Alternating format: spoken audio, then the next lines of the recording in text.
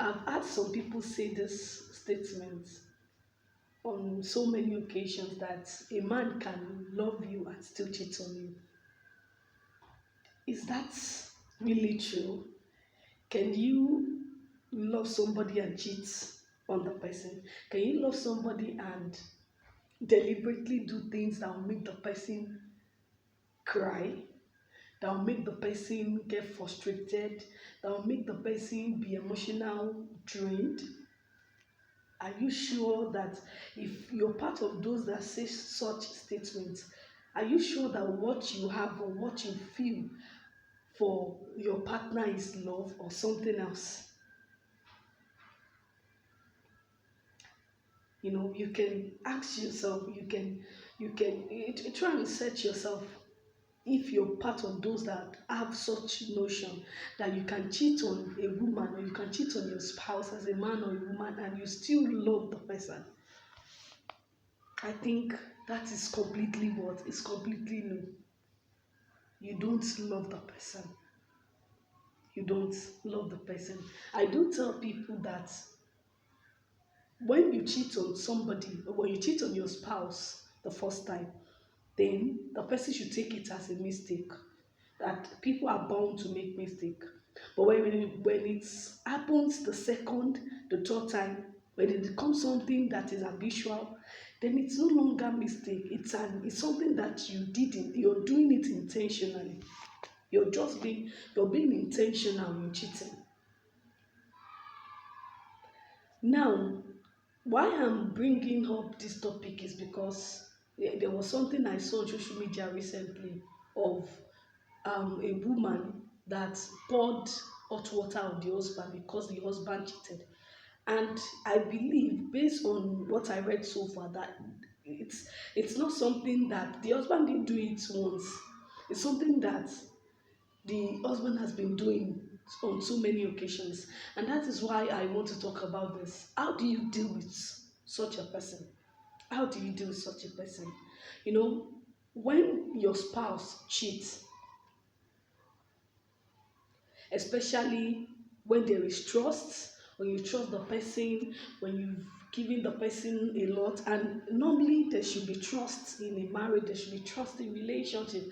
So you now discovering that this person that I trust so much, that I've given so much to, is actually cheating on me. What will happen? You're going to feel bad. You're going to feel, you feel worse. You go through so many emotions during that period. Yes. So but one thing I want you to know, you'll be shocked as well, because there are some people that they are so good, and when they are kind, they are caring, they are nice to you, but when you discover they cheated, you'll be shocked that this person can do this. You even yourself will be surprised. I heard of a case like that of a man that they've been married for 35 years, and it was around 30 years that the wife at home got to know that this man had second wife outside, and the second wife children, her own children, are not that older than the second wife children. Yes, that means after, like, let's say 4 or 5 years that he married this woman, he married that second woman, and his family are aware of it. They are aware of it. So every occasion going on in the family, this second wife will come, but will not showcase herself as the second wife until something led to another. This woman discovered after 35 years of marriage that the husband she has trusted so much, they've worked hard to build a lot of things. They've, you know, and the bitter thing is that virtually all the properties they were acquiring together was in this man's name. It was in this man's name. They were building things together, they were doing this, they were doing that together. And that woman, with the hope that she's the only one, not knowing that there's someone else with the same amount of kids she gave birth to for her husband outside. And all the properties they were acquiring because they're doing everything joined together is actually in that husband's name. Imagine that. Imagine how it would be if that woman discovered after the man's death. She was shocked. She was, she went haywire because she was like, so despite how caring, dutiful that you were, so you could actually do this. So how do you now deal with if you discover that you have a spouse cheating? The first thing is that do not make rash decision. Yes, don't make rash. I know you'll be angry, you'll be depressed, you'll be but don't be in haste to quickly make decision. Like the woman that I mentioned earlier on that poured hot water on the husband. Don't make rash decision. You need to calm yourself down. You need to process it. You need to try and think about it. Do not make rash decision. It's very important so that you will know what you will not regret it later.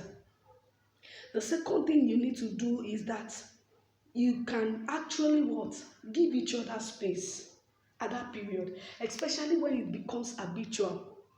When the cheating becomes habitual, you can give the person space, because apart from the fact that the spiritual consequence of you cheating, of you doing this kind of thing, there's also the health consequence as well. You might contact any venereal disease, and what happens? How can somebody be suffering for what he has done, yet you too that you're innocent will not be? We have there's this situation that I saw online too, of somebody, a man that got HIV through his sexual escapades and came back home and infected the wife as well. Look at that.